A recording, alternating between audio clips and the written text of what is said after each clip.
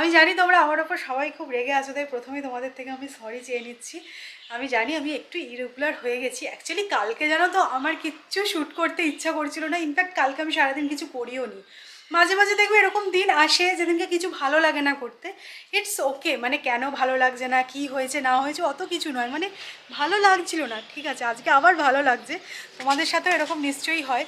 তো আমি তো স্যাটারডে ব্লগ শ্যুট করিনি, তাই জন্য সানডে পোস্ট হয়নি। আবার কালকে আমি যেহেতু ভিডিও শ্যুট করিনি, আজকেও কিছু পোস্ট হবে না।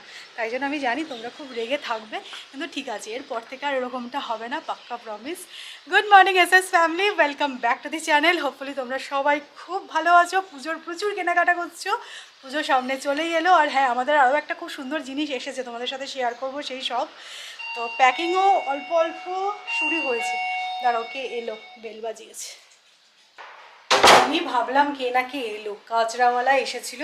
তো তোমাদের দেখাই, কালকে একটা সুন্দর জিনিস এসছে। সৌরভ দেখাও। সৌমি যে সুন্দর জিনিসটার কথা বলছিল সেটা হচ্ছে কি এই হ্যান্ড লাগেজটা। অ্যাকচুয়ালি এটা সুন্দর কিনা জানি না, বাট কাজের তো বটেই না। কালারটা অবশ্য খুবই ভালো। আর সৌমির যেসব রেডি টু গো জামা কাপড় ছিল সেগুলো আমি অলরেডি প্যাক করে দিয়েছি। ম্যাডামের না মাঝে মাঝে এরকম হয়, যখন কাজ করে একদম ফুল অন এনার্জির সাথে, যেদিনকে ডাউন হয়ে যায় সেদিনকে কিছুতেই ওকে তোলা যায় না বিছানার থেকে। কালকে তো আমাকে রান্না বান্না করতে হয়েছে। সকালবেলা গিয়ে আমি 4টে ডিমের কারি করে রেখেছিলাম। ভাগ্যিস করে রেখেছিল বলেই তাই আমার সারাদিন আর মুডটা ঠিক না। আমি ভেবেছিলাম সন্ধ্যেবেলা হয়তো মুড ঠিক হয়ে যাবে, রান্না বান্না করবে। কোথায় কি না, আমি ট্রিক্সটা এবার বুঝে গেলাম। অল্প করে সকালবেলা রান্না করতে হবে, যাতে বিকেলবেলা মনে হয় কি খাই, তবে গিয়ে মুডটা ঠিক হবে। আচ্ছা, এবার বুঝে গেছি। তা ভাগ্যিস বানিয়ে রেখেছিলাম, নাহলে দুবার আমাকে রান্নাঘরে ঢুকতে হতো। আজকে আমাদের ব্রেকফাস্ট একদম সিম্পল। সৌরভের জন্য আছে সসেজ আর ব্রেড, আর আমি সসেজ খাবো না বলে ব্রেড আর হেলথ ড্রিঙ্ক। নিন, সেবাই লাগান। কালকে অনেক পরিশ্রম গেছে আমার জন্য। না, এই 2 পিস পাউরুটি দেখে না আমার একটা নিউজের কথা মনে পড়ে গেল। এই পড়ছিলাম যে কুইন এলিজাবেথ না প্রত্যেক দিন 96 বছর বয়স, 5 বছর বয়স থেকে 96 বছর অবধি প্রতিদিন 2 পিস করে পাউরুটি আর জ্যাম খেত। সত্যি কথা, অরুচি আসতো না মুখে, এটাই আমি অবাক হয়ে গেছি। তোমরা তো জানোই যে এখন কুইনের মর্নিং পিরিয়ড চলছে, আর ওনার কফিনটা নিয়ে আসা হয়েছে এডিনবরার হলিউড হাউস প্যালেসে। হ্যাঁ, আমাদের সৌভাগ্য হয়েছিল হলিউড হাউস প্যালেস ঘুরে দেখার জন্য। ভিডিও বানিয়েছিলাম, কিন্তু হলিউড প্যালেসের ভেতরে না ক্যামেরা অ্যালাউ করেনি, কিন্তু বাইরে টাইরেগুলোর ভিডিও আছে। আমি পারলে লিঙ্কটা দিয়ে দেবো ডেসক্রিপশনে, চেক করতে পারো। আমাদের সৌভাগ্য হয়েছিল দেখা। যাই আমরা দেখেছিলাম কুইনের ঘর টর সব কিছু। বাট এখন তো ওনার কফিনই আছে ওখানে, যে মর্নিং পিরিয়ড চলছে। মনে হয় নেক্সট স্যাটারডে অবধি চলবে। হাতে গোনা কয়েকটা দিন বাকি দুর্গাপুজোর, আর এর মাঝে আছে প্রচুর প্ল্যানিং, প্রিপারেশন, আর আমার আছে প্যাকিং। আর তার মাঝেও কিন্তু বাড়িতে আরও অনেক এরকম কাজ আছে যেগুলো একা হাতে সামলাতে হয়। তাই এই ব্যস্ততার টাইমে পার্লারে গিয়ে ওয়্যাক্স করাটা ভীষণ ডিফিকাল্ট আমার জন্য। আর আমি জানি আমার মতন তোমরাও অনেকে আছো। তো এই ব্যাপারে আমাকে হেল্প করে দেয় কিন্তু এই কারমেজির রেজারটা। হ্যাঁ, তোমরা ঠিকই শুনেছো, কারমেজির নিউলি লঞ্চ বডি রেজার সুইংটা কিন্তু আমাকে স্মুথ আর পেনলেস শেভ দিতে হেল্প করে। বডি হেয়ার রিমুভ করার জন্য আমি শেভ করি। এটা কিন্তু একদমই হার্মফুল নয়, বরং যাদের সেনসিটিভ স্কিন তাদের ওয়্যাক্স করাটা অনেক বেশি পেনফুল, আর এটা ইউজ করাও ভীষণ ইজি। কারমেজির এই সুইং রেজারটাই আছে 5টা স্টেনলেস স্টিল ব্লেড, যা একটা স্ট্রোকে হেয়ার রিমুভ করে, আর এই কারণে কিন্তু ইরিটেশনও কম হয়। এই রেজারটাই আছে মাইক্রোকোম, যা ব্লেডকে হেয়ার ফিট করে আর স্মুথ শেভ দেয়। কারমেজি সুইং রেজারটা ইউজ করার জন্য লিউকোম ওয়াটারে জাস্ট স্কিনটাকে ভিজিয়ে নাও, আর দেন হেয়ার গ্রোথের ডিরেকশনে রেজারটা গ্লাইড করলেই কিন্তু পেয়ে যাবে স্মুথ শেভ। সুইং রেজারে কিন্তু কোনো রকম ফোমিং জেল লাগে না, কারণ এতে আছে 360 ডিগ্রি ময়েশ্চার রিবন, যার মধ্যে আছে অ্যালোভেরা আর ভিটামিন ই, যা লুব্রিকেন্টের কাজ করে। এর আর্গোনমিক হ্যান্ডেল বডির ডিফিকাল্ট এরিয়া লাইক এলবোকে পারফেক্ট শেপ দিতে হেল্প করে। শেভ করার পর জাস্ট রিন্স করলে কিন্তু সমস্ত হেয়ার রিমুভ হয়ে যাবে because of its anti clock feature. আর একটা ইনোভেটিভ ফিচার হচ্ছে এর ম্যাগনেটিক লক, যা কার্ট্রিজ রিপ্লেসমেন্টকে ইজি করে দেয়। 10 মিনিটে চটপট রেডি হওয়ার জন্য কারমেজির এই বডি রেজারটা কিন্তু খুবই হেল্পফুল। কারমেজির এই বডি রেজার সুইংটা কিন্তু 3টে প্যাস্টেল কালারে আসে, তবে আমার কিন্তু অ্যাকোয়া ডিলাইটটা বেশি ফেভারিট। কয়েকটা ইম্পর্টেন্ট কথা বলে দিই, সবসময় কিন্তু বডি রেজার আর বিকিনি রেজার আলাদা হওয়া উচিত। বিকিনি এরিয়ার জন্য কিন্তু তোমরা কারমেজির এই বিকিনি রেজারটা ইউজ করতে পারো। এই রেজারটা ইউজ হয়েছে জাপানিজ ন্যানো টেকনোলজি ব্লেড, যেটা কিনা বিকিনি এরিয়ার জন্য পারফেক্ট। আর অলওয়েজ কিন্তু ওয়েট শেভ করা উচিত, আর তোমার রেজার কখনই কারোর সাথে শেয়ার করা উচিত নয়। কারমেজির প্রোডাক্ট রিভিউ এর আগে আমি তোমাদের সাথে শেয়ার করেছি। এরা বডি পজিটিভিটি, পিরিয়ড এডুকেশন নিয়ে অনেক কাজ করছে। একটা ইউটিউব চ্যানেলও আছে, আমি ডেসক্রিপশনে লিঙ্ক দিয়ে দেবো। এদের কিন্তু ভালো ডিসকাউন্টও চলছে। এছাড়াও তোমরা যদি অ্যাডিশনাল 10% ডিসকাউন্ট চাও তাহলে ইউজ করতে পারো আমার কুপন Soumi09, আর এটা কিন্তু অ্যামাজনেও available. Wish I could say I was finally over you, but that's not the truth. Everyone always keep falling in এখানে সবাই এত বাইক চালাতে চালাতে ফোনে কথা বলে যে কি বলবো, দেখো কন্টিনিউয়াসলি ফোনে কথা বলে যাচ্ছে। শুধু তোমরাই যে কলকাতায় বৃষ্টি এনজয় করছো সেরকম কিন্তু নয়, এখানেও কালকে রাত্রি থেকে খুব বৃষ্টি হচ্ছে আর ওয়েদারটা একদম কালো করে আছে, আজকেও সারাদিন ঢালবে বলেই মনে হচ্ছে। ঘোর করে আছে পুরো।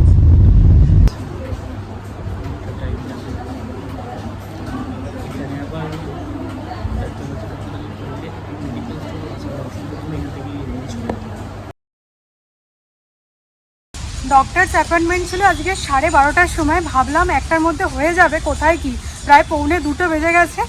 তো চলো এবার বাড়ি ফেরা যাক। তার মধ্যে ঝেপে এসছে বৃষ্টি, ছাতা নিয়ে আসিনি, ছাতা একটা গাড়িতে রাখা উচিত, আমরা কিছুতেই রাখি না।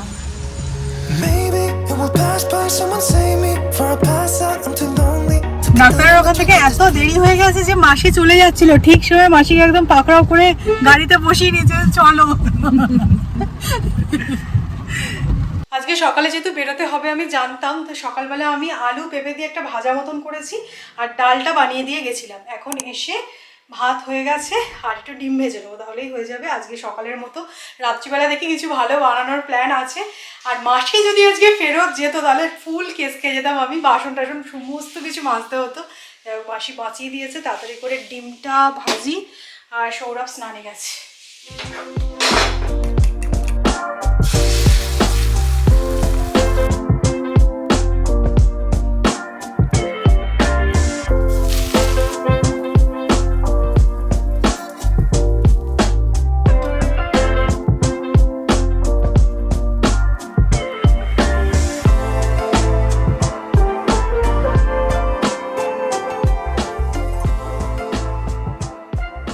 অ্যামাজন থেকে দেখো এই ড্রেসটা আবার এক্সচেঞ্জ করে দিয়ে চলে গেল, তো এই সাইজটা একদম পারফেক্ট হয়েছে আমার জন্য।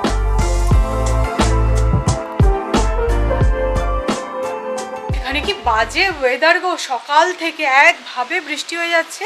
একটু ভেবেছিলাম যে ওখান থেকে ফেরার সময় রিলায়েন্সে যাব, এত বৃষ্টি হচ্ছে ভাবলাম যে থাক বিকেলবেলা সে বৃষ্টি কমে যাবে তখন যাব। এখন আরও বাজে অবস্থা হয়ে গেছে, চারদিক না পুরো সাদা হয়ে গেছে। এখন বেজেছে মাত্র 6টার সময় এখানে একদমই এরকম ওয়েদার হওয়ার কথা নয়, কিন্তু পুরো অন্ধকার কালো হয়ে এসেছে। জানি না ঘরে সেরকম কিছুই নেই, কি রাত্রিবেলা ডিনারে বানাবো জানি না। সেই জন্যই ভেবেছিলাম যে সকালবেলা যাব, গিয়ে রিলায়েন্স থেকে কিছু জিনিস নিয়ে আসবো। আমি না একদম অল্প অল্প করে এখন জিনিস আনছি, যেহেতু চলে যাবো বুঝতেই পারছো, কারণ থাকলে জিনিসগুলো নষ্ট হবে। তো দেখি, চা খাবে নাকি? চা চা করছে মনটা, এই বৃষ্টিতে না মনে হয় যে একবারে বেশি দুবার চা খাই আর কি। না আজকে শুধু ভেবেই গেলাম যে বাজারে যাব আর বাজারে যাব, তো ফাইনালি দেখো অনলাইনেই জিনিস আনাতে হলো। আমাদের এখানে ব্লিঙ্কিটের ভাই এসছে জেপটো, তো আজকে ফার্স্ট টাইম আমি অর্ডার করলাম এখান থেকে। 350 টাকা জিনিস আনালাম, তো ফ্রি ডেলিভারি দিল, বেশ ভালো। আর 10 মিনিটের মধ্যে পৌঁছে দিল। তো আমি বললাম যে না আজকে আর বেরোনো যাবে না, একভাবে বৃষ্টি হয়ে যাচ্ছে। তো আজকে আমি যেটা বানাবো অলরেডি আমি একটুখানি প্রিপারেশন শুরু করে দিয়েছি। তো ভেজ বিরিয়ানি বানাবো, তো আমার হচ্ছে ভেজিটেবলটাও একটু খাওয়া দরকার, তাই জন্য সমস্ত ভেজিটেবল দিয়ে পনির দিয়ে ভেজ বিরিয়ানি হবে।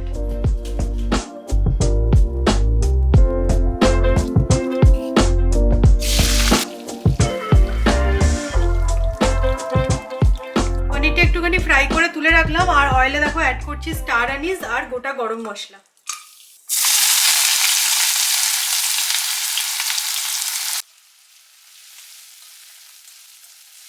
যাই হোক, আজকে আমি ভেজ বিরিয়ানিতে কি কি সবজি অ্যাড করছি তোমাদেরকে বলে দিই।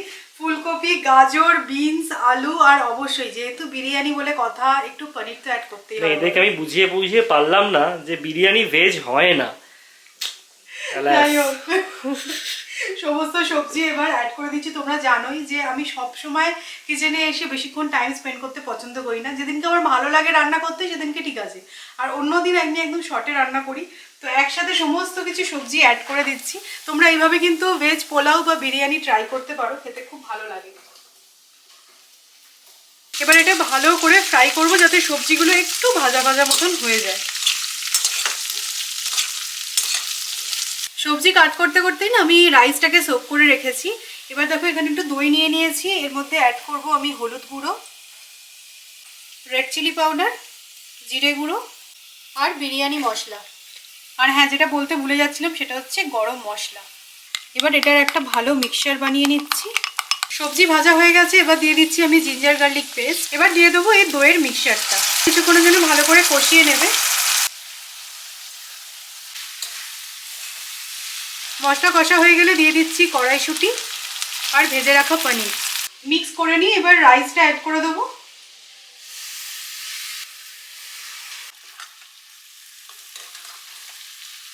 যে পরিমাণে আমি রাইস অ্যাড করেছি তার ঠিক ডাবল আমি জল অ্যাড করছি।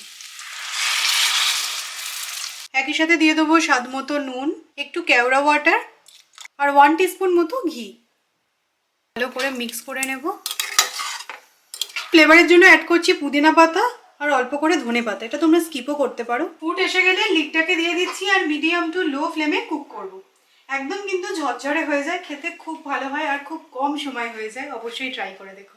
হয়তো মনে আছে তোমাদের সাথে আমি শেয়ার করেছিলাম আমার বাবার না একটা ইউটিআই এর প্রবলেম আছে, মাঝে ওষুধ খাচ্ছিল কমে যাচ্ছিল, বাট জিনিসটা বারবার রিল্যাপস করছিল। তো মাকে বলেছিলাম একটা ভালো ইউরোলজিস্ট দেখিয়ে নাও, বেটার হবে, কোনো চান্স নেওয়ার দরকার নেই, বুঝতেই পারছো বয়স হয়েছে। তো মারা গেছিলো এএমআরআই সল্টলেকে, একজন ইউরোলজিস্ট দেখিয়েছেন আর উনি না অনেক রকমের টেস্ট দিয়েছিলেন। তো সেসব টেস্টের রেজাল্ট এসে গেছে আর রেজাল্ট কিন্তু সব কিছু নর্মাল।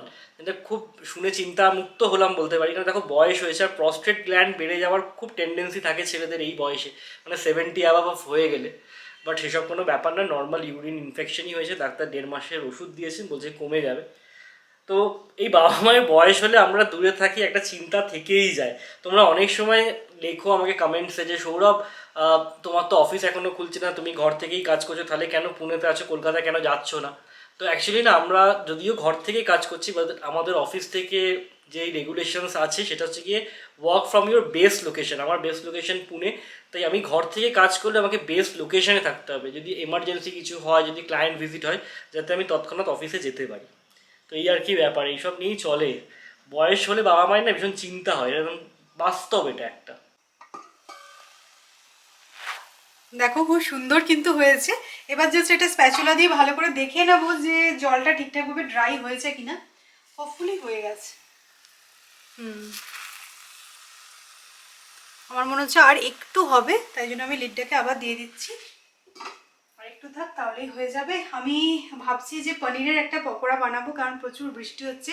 সৌরভ আজকে আমাকে সন্ধ্যে থেকে শুরু করেছিল পেঁয়াজি বানাও পেঁয়াজি বানাও, সেটা আলু চপ পেঁয়াজি অনেক কিছু বলেছিলাম, কিছুই ভাবলাম পাইনি। যে পনির একটু যেহেতু বেঁচে আছে, সব পনিরটা দিইনি, তো পনির পকোড়া একটুখানি বানাবো। বেসনের এখানে সমস্ত কিছু অ্যাড করে রেখেছি। কী কী দিয়েছি তোমাদেরকে বলে দিই। কাসুরি মেথি অ্যাড করেছি, হলুদ গুঁড়ো, লঙ্কা গুঁড়ো, স্বাদ মতো নুন আর একটু ধনে পাতা। সো গ্যাসের ফ্লেমটাকে আমি অফ করে দিয়েছি। আর দেখো কত সুন্দর ঝরঝরে রাইস হয়েছে। পনিরের গায়ে না হালকা করে একটু চাট মশলা মাখিয়ে নিয়েছি। এবার জাস্ট বেসনে ডিপ করব আর ফ্রাই করব।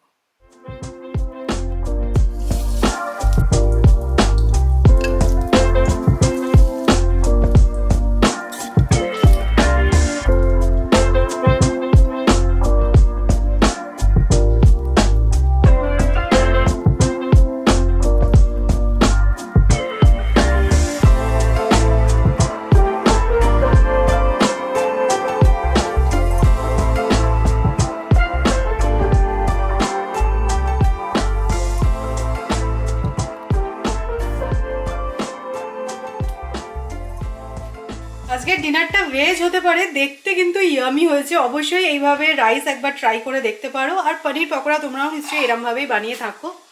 হ্যাঁ নাও, দেখা যাক কিরকম হয়েছে। গন্ধটা কিন্তু ভালো বেরিয়েছে, কিন্তু এইটুকু বলতে চিকেন পারি। মিসিং সৌরভ। বলছি খেয়ে কিরকম হয়েছে।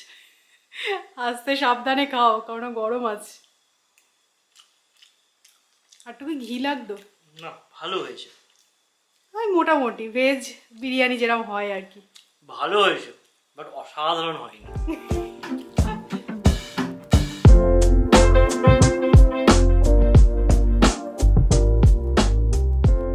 দেখো সত্যি কথা বলতে সৌরভ ভেজ খেতে অতটা পছন্দ করে না বলে এটা বললো, আমার কিন্তু সত্যি খুব ভালো লেগেছে। না, ভালো হয়েছে এটা। অসাধারণ বললো না, আনবায়াসড রিভিউ দিচ্ছি, ভালো হয়েছে। না তোমরা ওই অসাধারণটা না শুনে যদি ট্রাই না করো তোমরাই লস করবে, আমি একটুখানি বলতে পারি। হেভি হয়েছে আর এত ঝরঝরে হয়েছে না, খুব সুন্দর হয়েছে। এখন বেজে গেছে 1:14, জাস্ট আমার এডিটিং কমপ্লিট হলো আর দেখলাম যে আমি এন্ড করিনি ভিডিওটা। তো ভাবলাম যে ঠিক আছে, রাত হয়ে গেছে, কোনো ব্যাপার নয়, কিন্তু তোমাদের সাথে যদি এই গুড নাইট আজকের ব্লগটা এ পর্যন্তই, এই কথাটা না বললে ভিডিওটা কমপ্লিটই হয় না মনে হয়। তো চলো আজকের মতো ব্লগটা এখানেই এন্ড করছি। যদি ভালো লাগে তাহলে লাইক করো, শেয়ার করো, প্লিজ সাবস্ক্রাইব করো চ্যানেলটা। কালকে আবার দেখা হচ্ছে, ততক্ষণের জন্য টাটা।